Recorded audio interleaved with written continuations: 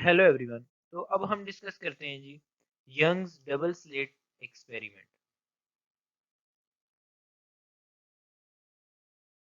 तो Young's double slit experiment basically एक way है to confirm the wave nature of light.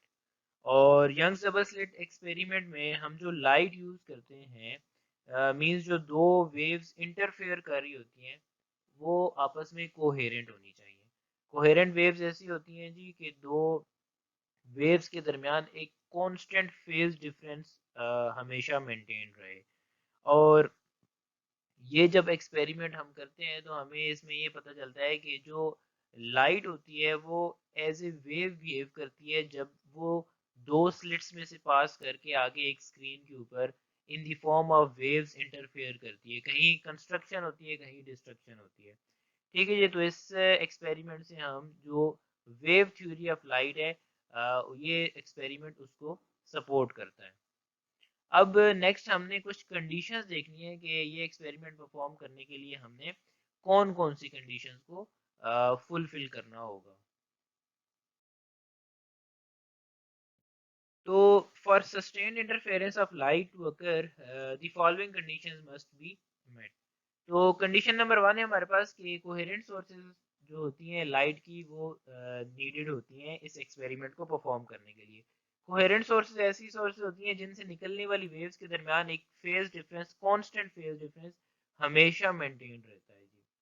और जो दो वेव्स इंटरफेयर करेंगी उनका एम्पलीट्यूड आपस में इक्वल होना चाहिए, नियरली इक्वल होना चाहिए in order to produce the sufficient contrast between maxima and minima, ताकि डिफरेंट हमें डिफरेंस फील हो कि मैक्सिमा मींस कि डार्क फ्रिंज, ब्राइट फ्रिंज कहाँ पर बन रही है और मिनिमा यानी कि डार्क फ्रिंज किस जगह बन रही है।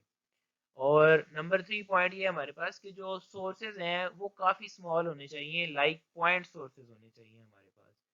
और फोर्थ पॉइंट ये है हमारे पास कि जो इंटरफेयरिंग सोर्सेज हैं मींस जो वेव्स हैं जिन्होंने इंटरफेयर करना है वो काफ़ी करीब होनी चाहिए एक दूसरे के in order to produce wide fringes. और नंबर फाइव उसी की एक्सटेंशन है हमारे पास कि जो सोर्सेज है और स्क्रीन है वो काफ़ी आपस में डिस्टेंट होनी चाहिए, दूर दूर होनी चाहिए in order to produce wide fringes. Number seven है कि लाइट जो है वो एक एक सेम स्टेट ऑफ पोलराइजेशन में होनी चाहिए, मींस इलेक्ट्रिक फील्ड और मैग्नेटिक फील्ड के कंपोनेंट्स अपनी स्पेसिफिक डायरेक्शन में एक पर्टिकुलर डायरेक्शन में ही वाइब्रेट करते हुए होने चाहिए। और सेवन है हमारे पास कि जो सोर्सेज हैं वो मोनोक्रोमेटिक हो, मींस कि वो सिंगल कलर की लाइट को इमिट करें जस्ट। ठीक है, single colour means single wavelength. ठीक है जी।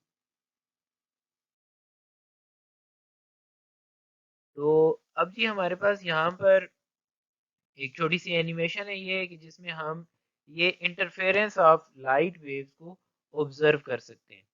अब यहाँ पर आप देखें तो आपको यहाँ पर दो किस्म के सेटअप नजर आ रहे हैं। एक तो ये हमारे पास एक स्लिट है जिसको हम एस कह रहे हैं, और ये आगे फिर से दो स्लिट्स हमने रखी हुई है S1 और S2। अब ये हमने क्यों रखी है? हमने वहां पर कंडीशन में देखा था कि हमें जो लाइट चाहिए वो कोहेरेंट नेचर की होनी चाहिए। अब कोहेरेंट नेचर की लाइट अचीव करना, कोहेरेंट मींस कि जिसमें एक कांस्टेंट फेज डिफरेंस मेंटेन हो दो वेव्स के दरमियान, और सेकंड इज कि उनकी फ्रीक्वेंसी जो है वो नियरली सेम होनी चाहिए। अब दो पॉइंट सोर्सेज ऐसे हों जिनसे कांस्टेंट फेज वाली वेव्स इमिट करवाएं हम, उनकी फ्रीक्वेंसी भी ऑलमोस्ट सेम रखें, तो ये एक मुश्किल काम है। ठीक है। इससे हटके हम एक ही वेव से दो वेव्स जनरेट करवाकर उनको as a coherent waves use कर सकते हैं। कैसे? कि अगर आप देखिए ये जो एक वेव फ्रंट यहाँ पे आ रहा है इधर से भी और इस साइड से भी, ये आकर यहाँ पर फॉल करेगा तो यहाँ से इस वेव फ्रंट ने स्प्लिट हो जाना है आगे मजीद टू वेव्स में। अच्छा, अब ये जो हमारे पास दो वेव्स होंगी ये वेव्स फिर एक दूसरे के साथ as a coherent waves behave करना शुरू कर देंगी। और ये जो कोहेरेंट वेव्स हैं ये फिर आगे इंटरफेयर करेंगे एक दूसरे के साथ, किसी पॉइंट के ऊपर कंस्ट्रक्शन और किसी पॉइंट के ऊपर हमें डिस्ट्रक्शन फील होगी। अब यही वेव नेचर की खास बात है। देखिए हमारे पास ये स्लिट्स की ओपनिंग है और डायरेक्ट ये वाला पाथ अवेलेबल है लाइट को, लेकिन इन बिटवीन भी हमें इन पॉइंट्स के ऊपर ब्राइट फ्रिंजेस ऑब्जर्व करने को मिल रही है। और वेव नेचर यहीं से हमने शो भी करनी है और हमें नजर भी आ रही है कि लाइट यहाँ पहुंच नहीं सकती डायरेक्टली अगर वो पार्टिकल नेचर अपनी शो करे। वेव नेचर शो कर रही है तो ये यही इसके लिए पॉसिबिलिटी है कि ये इन पॉइंट्स के ऊपर पहुंचे और यहाँ पर कंस्ट्रक्शन और डिस्ट्रक्शन की वजह से हमें ब्राइट और डार्क फ्रिंजेस नजर आए। तो ये इसकी एक यंग्स डबल स्लिट एक्सपेरिमेंट की एक खूबसूरत बात है कि हमें इससे जो वेव नेचर ऑफ लाइट है उसकी कंफर्मेशन मिलती है इसको डिस्कस करने से। ठीक है जी। तो अभी हमने देखा है जी स्क्रीन के ऊपर वेव्स आकर मीट कर रही थी तो हमें कुछ ब्राइट और डार्क स्पॉट्स मिल रहे थे और उसी टाइम हम ये भी कह रहे थे कि यहीं से हमें पता चलता है कि जो स्लिट्स की ओपनिंग है जस्ट उन्हीं के सामने ब्राइट और डार्क फ्रिंजेस हमें नहीं मिल रहे, उनके आसपास भी हमें ब्राइट और डार्क फ्रिंजेस मिल रही हैं। तो मीन्स के लाइट जो है वो एज ए वेव बिहेव कर रही है, वहां से लाइट डिफरेंट डायरेक्शन में आगे मूव करके जा रही है।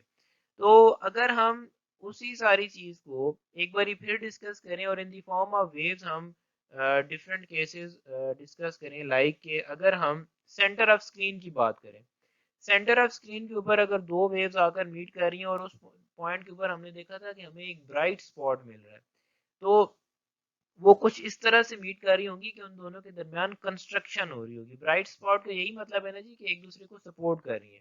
तो हमने ये जब कंडीशंस ऑफ इंटरफेरेंस पढ़ी थी तो हमने देखा था कि वो जो पाथ डिफरेंस है दो वेव्स के दरमियान डेल्टा एक्स, अगर वो m टाइम्स ऑफ वेवलेंथ के बराबर होगा तो उस टाइम के ऊपर जो हमारे पास इंटरफेरेंस होगी वो कंस्ट्रक्टिव होगी। वेयर आपको पता है कि m की value 0 1 2 3 up to so on कुछ भी हो सकती है। अब यहाँ पर अगर हम देखें ना तो इन दोनों ने बिल्कुल इक्वल पाथ कवर किया है, there is no path difference between these two waves from S1 and S2, जो स्लिट नंबर 1 स्लिट नंबर 2 से आ रही है। तो इट मींस कि m की वैल्यू यहाँ पर 0 आ गई हमारे पास। तो ये हमारे पास यहाँ अगर वैल्यू 0 पुट करें तो ये हमारे पास पाथ डिफरेंस इन दोनों के दरमियान 0 आ गया जी। पाथ डिफरेंस 0 है हमारे पास, जो बिल्कुल सेंट्रल मैक्सिमम ब्राइट फ्रिंज बन रही है वो यहाँ पर बनेगी। इसी तरह अगर हम कोई और पॉइंट कंसिडर करें और उसको डिस्कस करें स्क्रीन के ऊपर, जिस तरह के हमारे पास ये पॉइंट P है, तो अगर आप देखें इस पॉइंट के ऊपर भी दोनों वेव्स के यहाँ पर क्रस्ट आकर स्क्रीन के ऊपर मिल रहे हैं, इट मींस ये दोनों फिर से एक दूसरे को सपोर्ट करने वाली हैं और फिर से हमें स्क्रीन के इस पॉइंट के ऊपर एक ब्राइट फ्रिंज ऑब्जर्व करने को मिलने वाली है। And the third case is के एक और पॉइंट आर है हमारे पास, जिसको अगर हम in the form of waves observe करेंगे, दो वेव्स वहां पर जा रही हैं, तो अगर हम यहाँ पर देखें तो एक वेव का क्रस्ट जा रहा है एक वेव का ट्रफ जा रहा है, इट मींस कि these two waves are going to destruct each other. यहाँ पर ये एक दूसरे को सपोर्ट नहीं करेंगे, एक दूसरे को कैंसिल करेंगे एक दूसरे का इफेक्ट। तो इस आर पॉइंट के ऊपर हमें जो यहाँ पर जो इंटरफेरेंस पैटर्न मिलेगा वो डिस्ट्रक्टिव होगा और एक डार्क फ्रिंज ऑब्जर्व करने को मिलेगी हमें यहाँ पर। अब जी अगर हम देखें, मीन्स कि अभी हमने पाथ डिफरेंस कैलकुलेट करना है कि जो हमारे पास पॉइंट पी है, लेट्स से इस पॉइंट के ऊपर मैं कहता हूँ कि मेरे पास ब्राइट फ्रिंज बन रही है या डार्क बन रही है, तो ये जो पाथ डिफरेंस एक्स्ट्रा कवर हो रहा है, मीन्स ये जो S2 से ये जो वेव निकली है, ये जो एक्स्ट्रा डिस्टेंस कवर कर रही है, ये एक्चुअली है कितना। इससे हम फिर आगे डिसाइड कर सकते हैं कि जो पॉइंट पी के ऊपर कौन सा हमें किस तरह की हमें कंस्ट्रक्शन ऑब्जर्व करने को मिल रही है। या आप ऐसे भी कह सकते हैं कि अगर हमें यहाँ पे ब्राइट स्पॉट मिल रहा है तो फिर हमें यहाँ पे लोकेट करना होगा कि ये पार्ट डिफरेंस एक्चुअली है कितना, बिकॉज यहाँ तो कंस्ट्रक्शन हो रही है। तो उस हिसाब से हम ये path difference in terms of distance calculate करेंगे। अच्छा, इसको कैलकुलेट करने का तरीकेकार ये होगा कि हम ये वाली ट्राइंगल कंसिडर करेंगे और इस ट्राइंगल में ये जो हमारे पास डिस्टेंस है, जिसको अभी हम पार्ट डिफरेंस डेल्टा से शो कर रहे हैं, इसको हम कैलकुलेट करेंगे इस ट्राइंगल की मदद से, क्योंकि इस डिस्टेंस के बाद दोनों वेव्स सिमिलर डिस्टेंस आगे ट्रेवल करके स्क्रीन तक पहुंच रही हैं। तो हम अगर यहाँ देखें तो ये एंगल जिस साइड के साथ बन रहा है वो हमारे पास उस ट्राइंगल की बेस साइड हो जाएगी। तो ये हमारे पास बेस हो गई। ये हमारे पास डी वाली जो साइड है डिस्टेंस बिटवीन स्लेट्स, ये हाइपरन्यूज बिहेव करेगा और ये वाली साइड हमारे पास एज ए परपेंडिकुलर बिहेव करेगी। नाउ हम इंटरेस्टेड हैं कि हमें ये वाली साइड मींस कि ये पार्ट डिफरेंस पता लगे, तो हम क्या करते हैं यहाँ पर साइन वाला रिलेशन यूज करेंगे। अब साइन थीटा आपको पता है जी परपेंडिकुलर ओवर हाइपोटेन्यूज के बराबर होता है। अच्छा, परपेंडिकुलर की वैल्यू हम जानते हैं, यहाँ पर हमारे पास जो है वो हमने डेल्टा से शो की हुई है, और हाइपोटेन्यूज जो है वो हमारे पास डी है। तो हमारे पास जो डी साइन थीटा है वो इस पाथ डिफरेंस के बराबर आ जाएगा। अब यहाँ पर हम इसको इस ट्राइंगल के नाम देकर इस जो पाथ डिफरेंस है उसको कुछ भी हम नाम पी क्यू कुछ भी ऐसा नाम दे सकते हैं जिसको जो हमारे लिए कन्वीनियंट हो। यहाँ पर अभी के लिए हमने इसको डेल्टा से शो किया है। तो ये जो पाथ डिफरेंस है हमारे पास ये डी साइन थीटा के बराबर आ गया। अब अगर हमें यहाँ पर पॉइंट पी के ऊपर कंस्ट्रक्टिव मींस के ब्राइट फ्रिंज मिल रही है तो हम कहेंगे यहाँ पर कंस्ट्रक्शन हो रही है, और अगर डार्क फ्रिंज मिल रही है तो हम इसी डी साइन थीटा को फिर उस कंडीशन के अकॉर्डिंग कहेंगे कि यहाँ पर डिस्ट्रक्टिव इंटरफेरेंस है तो ये वाली कंडीशन ओबे होनी चाहिए। ठीक है, तो ये ट्राइंगल की मैं एक बार फिर बता दूं, जिस साइड के साथ एंगल बन रहा होता है वो हमारे पास बेस वाली साइड होती है। अच्छा, और उसके अपोजिट साइड जो है वो हमारे पास एज ए परपेंडिकुलर, और ये वाली साइड जो रिजल्टेंट वाली है मींस के जो डिस्टेंस बिटवीन स्लिट्स है वो एज ए हाइपोटेन्यूज बिहेव कर रही होगी। तो यहाँ से हमें ये वाला डिस्टेंस चाहिए तो हम साइन ट्रिग्नोमेट्रिक फंक्शन यूज करेंगे, उसकी वैल्यू परपेंडिकुलर और हाइपोटेन्यूज होती है। ये हम डेल्टा ओवर डी करेंगे, डी को मल्टीप्लाई करवा दें आप इस इधर साइन थीटा के साथ, you will get D sine theta is equal to delta. तो अब जी हमें पता लग गया कि ये जो पाथ डिफरेंस है बिटवीन रे नंबर 1 और रे नंबर 2, ये जो पाथ डिफरेंस है ये डी साइन थीटा के बराबर है। ठीक है जी, इसकी वैल्यू हमने लास्ट उसमें देख ली है।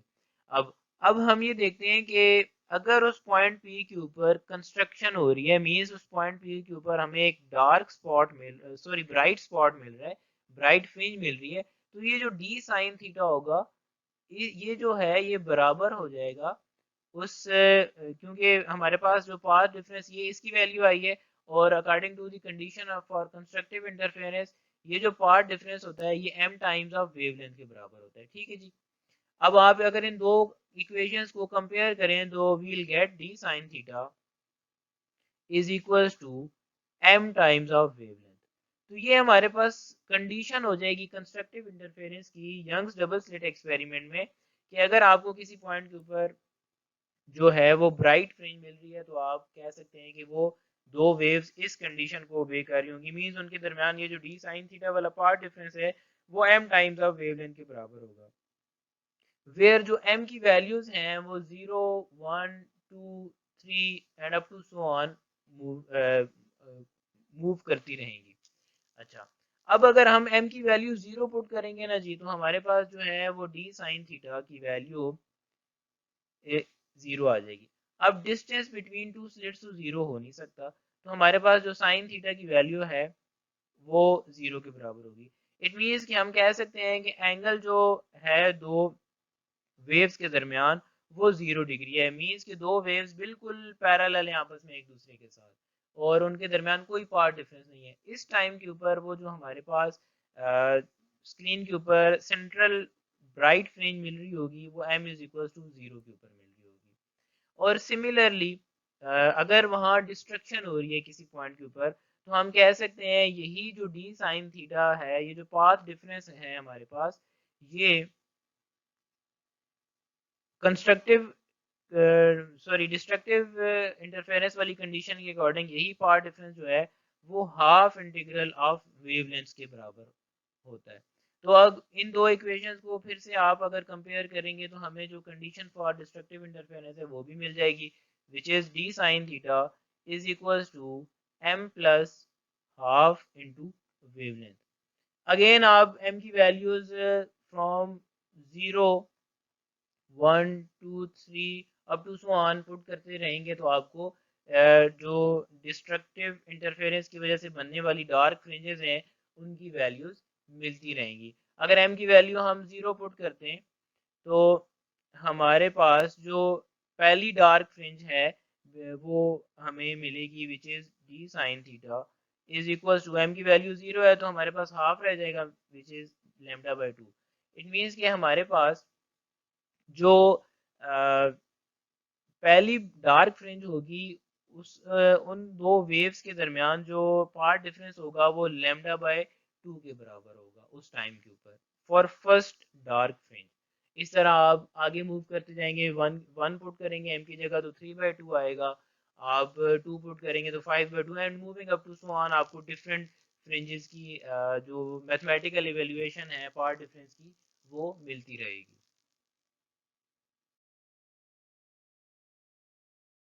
अब जी हमने फ्रिंज स्पेसिंग पता करनी है for bright fringes and dark fringes on the screen. तो इसको कैलकुलेट करने के लिए अगर हम ट्रायंगल कंसिडर करें स्क्रीन के ऊपर, ट्रायंगल पी ई सी, तो उस ट्रायंगल में वो जो टेन थीटा है ना जी, वो बराबर होगा y ओवर एल के, बिकॉज जो एल है ना वो एज ए बेस बिहेव कर रहा है और y एज ए परपेंडिकुलर। अगर थीटा स्मॉल हो, काफी स्मॉल हो, बिकॉज हमने वो वहां पर जो कंडीशंस पढ़ी थी स्टार्ट में वो ये देखा था कि जो स्क्रीन है वो स्लिट से काफी दूर होनी चाहिए, तो ये जितना दूर होगी उतना ये वाला जो एंगल है वो उतना ही कम होगा। तो जितना एंगल कम होगा उस टाइम के ऊपर हम जो टेन थीटा है उसको अप्रोक्सीमेटली साइन थीटा के बराबर ले सकते हैं। सही है, ओके। अब जी ब्राइट फ्रिंज की बात करें तो हमें पता है ब्राइट फ्रिंज के लिए जो कंडीशन होती है वो D sine theta is equal to M times of wavelength होती है। अब साइन थीटा की वैल्यू हमने यहाँ पर देखी है टेन थीटा है, तो साइन थीटा की जगह हम यहाँ पर टेन थीटा पुट कर देते हैं जी, ये हमने यहाँ पर पुट कर दिया। अब टेन थीटा की वैल्यू भी हमें पता है कि वाई ओवर एल के बराबर है, तो D is equal to Y over L आ गया हमारे पास एम लैम्डा। आपको y की वैल्यू पता करनी है, y अकेला रहे यहाँ पर, बाकी जो वेरिएबल्स हैं उनको दूसरी साइड पे ले जाते हैं हम, तो ये हमें मिल गया। अब m की वैल्यू 0 पुट करेंगे तो हमें फर्स्ट फ्रिंज यानी कि जो सेंट्रल फ्रिंज है वो मिलेगी। 1 पुट करेंगे तो उसकी वैल्यू मिल जाएगी इन टर्म्स ऑफ y, 2 पुट करेंगे तो उसकी वैल्यू मिल जाएगी।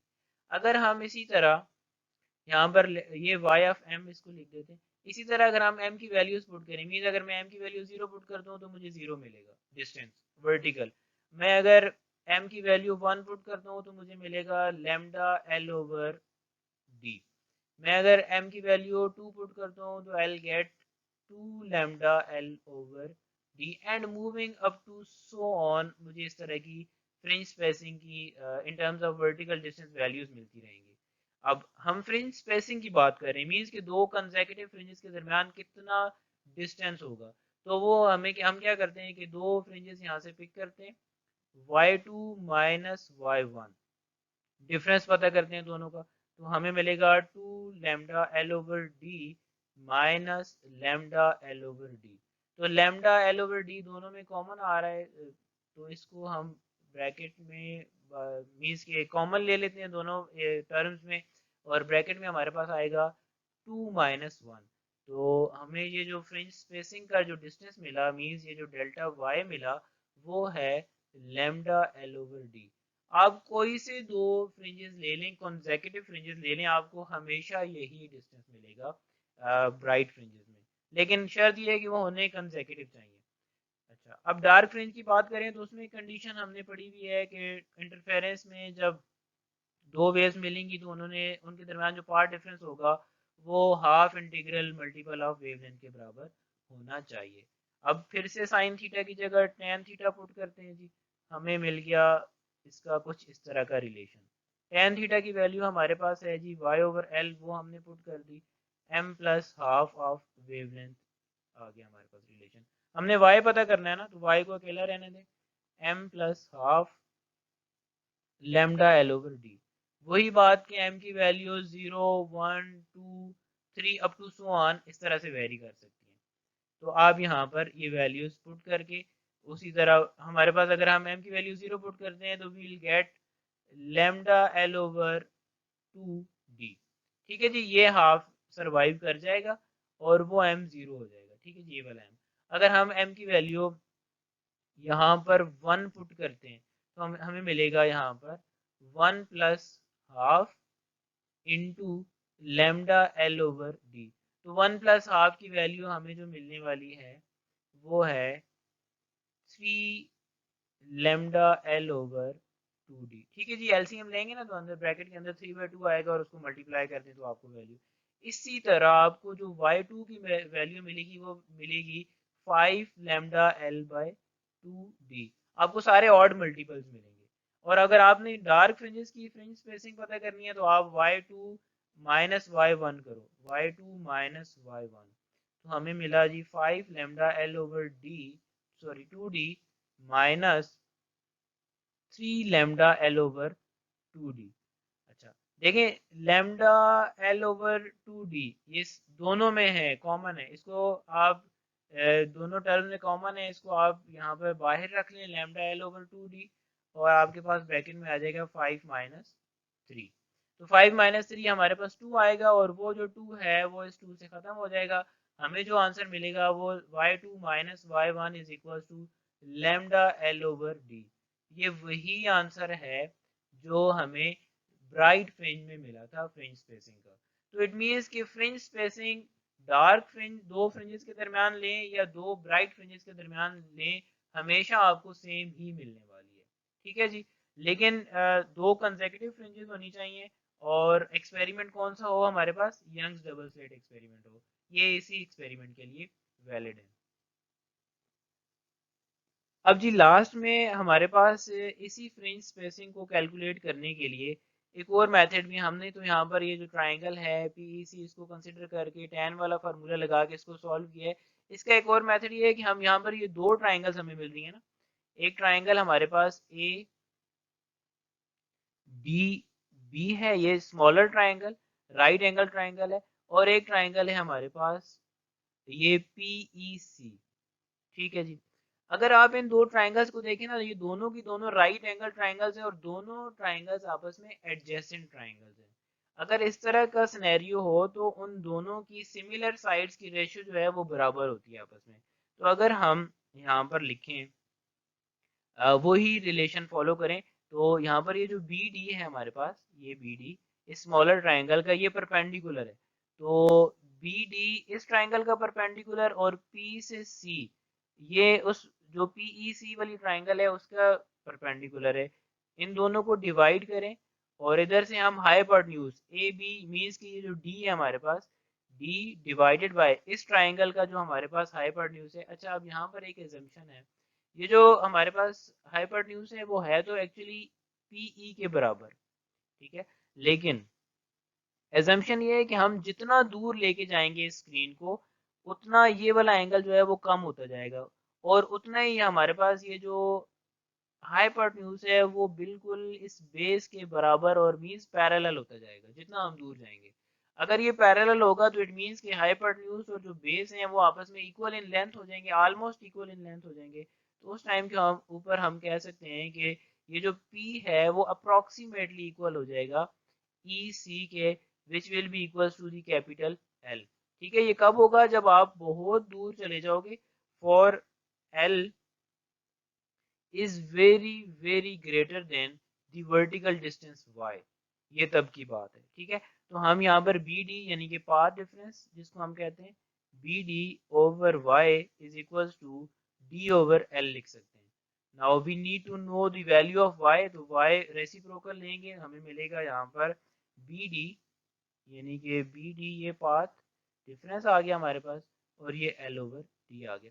अब यहाँ पर आप बी डी मीन्स के अगर कंस्ट्रक्टिव इंटरफेरेंस हो रही है तो आपको पता है कि आपने इस पाथ डिफरेंस की जगह एम लैम्डा पुट करना है, और अगर डिस्ट्रक्शन हो रही है तो आपको पता है आपने यहाँ पर M plus half of wavelength put करना है, तो आपको आंसर मिल जाएगा। ठीक है, तो ये भी फ्रिंज स्पेसिंग कैलकुलेट करने का एक मेथड था जो कि मैंने आपको बता दिया। तो अभी हमने यहाँ पर दोनों मेथड्स को डिस्कस कर दिया जी इन डिटेल।